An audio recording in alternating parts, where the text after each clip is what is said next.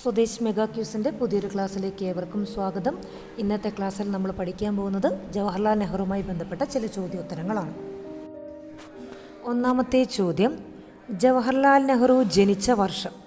ജവഹർലാൽ നെഹ്റു ജനിച്ച വർഷം 1889 നവംബർ 14.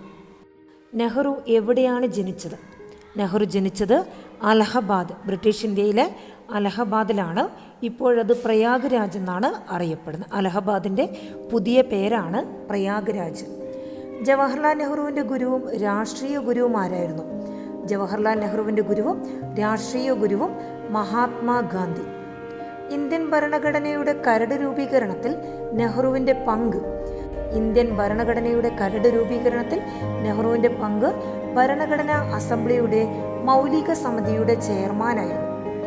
കുട്ടികൾക്ക് പ്രിയങ്കരനായ ചാച്ചാജി ജപ്പാനിലെ കുട്ടികളുടെ ആവശ്യപ്രകാരം അയച്ചു കൊടുത്ത കുട്ടിയാനയുടെ പേര്.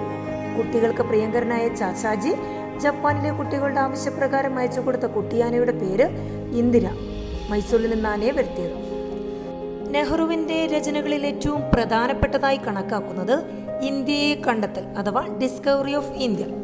ഇതെഴുതിയത് ഏത് ജയിലിൽ വെച്ചാണ്? നെഹ്റുവിൻ്റെ രചനകളിൽ ഏറ്റവും പ്രധാനപ്പെട്ടതായി കണക്കാക്കുന്നത് ഇന്ത്യയെ കണ്ടെത്തൽ അഥവാ ഡിസ്കവറി ഓഫ് ഇന്ത്യ. ഇതെഴുതിയത് ഏത് ജയിലിലാണ്? ഉത്തരം അഹമ്മദ് നഗർ കോട്ട ജയിൽ. അഹമ്മദ് നഗർ കോട്ട ജയിൽ. രാഷ്ട്രത്തിന്റെ വെളിച്ചം നഷ്ടപ്പെട്ടുവെന്നും എങ്ങും അന്ധകാരമാണെന്നും നെഹ്റു പറഞ്ഞ സന്ദർഭം. രാഷ്ട്രത്തിന്റെ വെളിച്ചം നഷ്ടപ്പെട്ടുവെന്നും എങ്ങും അന്ധകാരമാണെന്നും നെഹ്റു പറഞ്ഞ സന്ദർശനം ഗാന്ധിജിയുടെ വിയോഗവേളയിൽ. 1954 പ്രസിദ്ധമായ പഞ്ചശീല തത്വങ്ങളിൽ നെഹ്റു ഒപ്പുവെച്ചത് ആരുടെ കൂടെയാണ്? Chou En Lai. ചൈനീസ് പ്രധാനമന്ത്രിയായ ചൗ എൻ ലായുമായിട്ടാണ് 1954 നെഹ്റു പഞ്ചശീല തത്വങ്ങളിൽ ഒപ്പുവെച്ചത്. ജവഹർലാൽ നെഹ്റു തുറമുഖം സ്ഥിതി ചെയ്യുന്നത് എവിടെയാണ്?